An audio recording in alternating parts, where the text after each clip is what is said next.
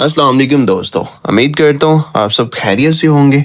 दोस्तों आज की वीडियो का टॉपिक बड़ा इंटरेस्टिंग होने वाला है, तो चलें वीडियो शुरू करते हैं। अफ्रीका का गेटवे मोरक्को एक ऐसा मुल्क जो अपनी दिफाई सलाहियत को तेजी से मॉडर्नाइज कर रहा है, लेकिन अब मोरक्को की नजरें अमेरिका के F-16 के बाद पाकिस्तान के J-F-17 थंडर पर जम गई हैं। 13 जनवरी 2026 को पाकिस्तान और मोरक्को के दरमियान एक नया डिफेंस पैक्ट साइन हुआ, जिसने दुनिया भर के डिफेंस एनालिस्ट को चौकन्ना कर दिया है। क्या मोरक्को वाकई पाकिस्तान से फाइटर जेट खरीदने जा रहा है? और पाकिस्तान ने जो 13 ममालिक की लिस्ट जारी की है, उसमें और कौन कौन से ममालिक शामिल हैं? आज की इस वीडियो में इस बड़ी डील की अंदरूनी कहानी में आपको सिंपल अल्फाजों में समझाने की कोशिश करूंगा। तो दोस्तों हुआ कुछ यूं, साल 2025 से जब पाकिस्तान एयरफोर्स ने इंडिया के साथ मई 7 की जंग की, तो पाकिस्तान ने J-F-17 और चाइना के J-10C को एक साथ डिप्लॉय किया। तो दुनिया ने पहली बार इस जहाज की असली ऑपरेशन कैपेबिलिटी देखी। इस्लामाबाद के ऑफिशियल्स के मुताबिक ये वाकया पाकिस्तान की एक्सपोर्ट क्रेडिबिलिटी के लिए एक टर्निंग पॉइंट बन गया। 20 जनवरी 2026 को रॉयटर्स की एक रिपोर्ट सामने आई, जिसमें पाकिस्तान ने तस्दीक की कि वो इस वक्त अफ्रीका, मिडल ईस्ट और एशिया के 13 ममालिक के साथ डिफेंस एक्सपोर्ट पर एडवांस बातचीत कर रहा है। दोस्तों वजह साफ है, यूक्रेनियन वार और मिडल ईस्ट के हालात ने वेस्टर्न सप्लाई चेन को मुतासिर किया है और दुनिया अब एक रिलायबल और कॉस्ट इफेक्टिव ऑप्शन ढूंढ रही है। दोस्तों इंटरनेशनल मार्केट में J-F-17 की कशिश की सबसे बड़ी वजह इसकी कीमत है।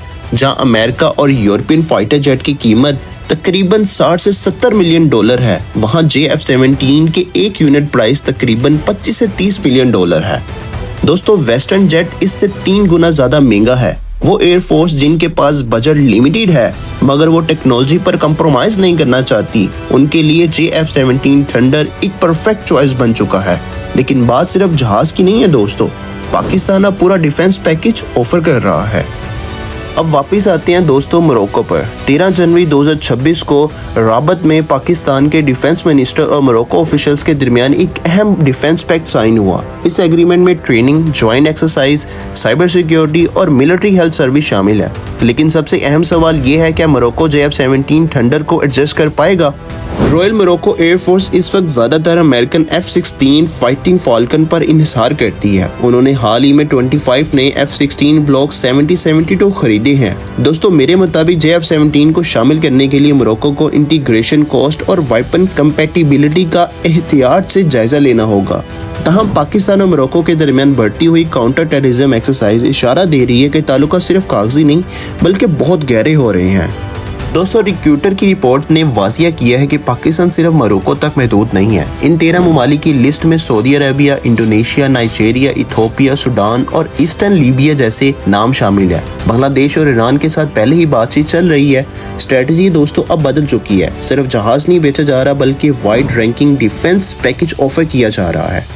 बांग्लादेश की मिसाल लें, वहाँ J-F-17 थंडर ब्लॉक 3 के साथ साथ MFI-17 मुशाक trainer, Shapa UAVs, drones और मुहाफिज आर्मर व्हीकल का भी पैकेज डिस्कस हो रहा है। दोस्तों ज़्यादातर खरीदार मुस्लिम मेजॉरिटी ममालिक है, जहां पाकिस्तान का सिक्योरिटी पार्टनर वाला किरदार तरीकी है। दोस्तों पाकिस्तान जिस चीज़ को बेच रहा है वो है J-F-17 थंडर ब्लॉक 3। ये कोई पुराना थर्ड जनरेशन जेट नहीं है, इसमें हेक्सा रेडार लगा है जो दुश्मन को दूर से डिटेक्ट करता है। इसके इलेक्ट्रॉनिक वारफेयर सिस्टम और इम्प्रूव पायलट इंटरफेस इसे मॉडर्न बैटलफील्ड का बादशाह बनाता है। दोस्तों J-F-17 के ऊपर मैं पहले ही वीडियोस बना चुका हूँ कि J-F-17 थंडर ब्लॉक 3 में क्या क्या फैक्टर्स लगे हुए हैं और वो किस तरह परफॉर्म करते हैं। हर चीज़ को मैं डिटेल से डिस्कस कर चुका हूँ, और अगर इस वीडियो में मैं डिटेल से डिस्कस करने बैठ गया तो ये वीडियो बहुत ज़्यादा लेंथी हो जाएगी। तो जिन दोस्तों ने ये चीज़ें सुननी है वो मेरी पुरानी वीडियोस देख सकते हैं। तो फिलहाल इस चीज़ को स्किप करके हम आगे बढ़ते हैं अपने टॉपिक की तरफ। दोस्तों पाकिस्तान का मकसद है उन ममालिक को टारगेट किया जाए जो सेक्शुअल प्रूवन सप्लाई चेन यानी पाबंदियों के खौफ से आज़ाद होना चाहते हैं। लेकिन तस्वीर का दूसरा रुख ये भी है दोस्तों, क्या पाकिस्तान इतने ऑर्डर पूरे कर पाएगा? फिलहाल J-F-17 थंडर की प्रोडक्शन कैपेसिटी तकरीबन 20 से 25 एयरक्राफ्ट पर ईयर है। हालांकि प्लान्स हैं कि 2027 तक फैक्ट्री अपडेट के जरिए इस आउटपुट को बढ़ाया जाए, लेकिन सप्लाई चेन का यह मसला है दोस्तों।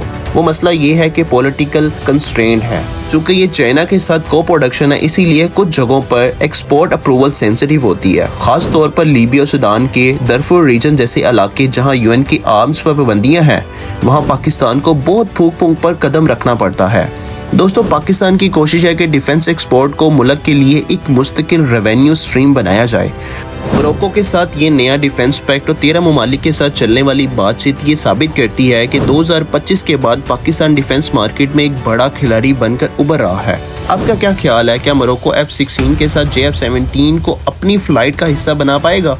अपनी राय कमेंट सेक्शन में जरूर देगा। तो आज की वीडियो की एनालिसिस दोस्तों यहाँ तक की थी।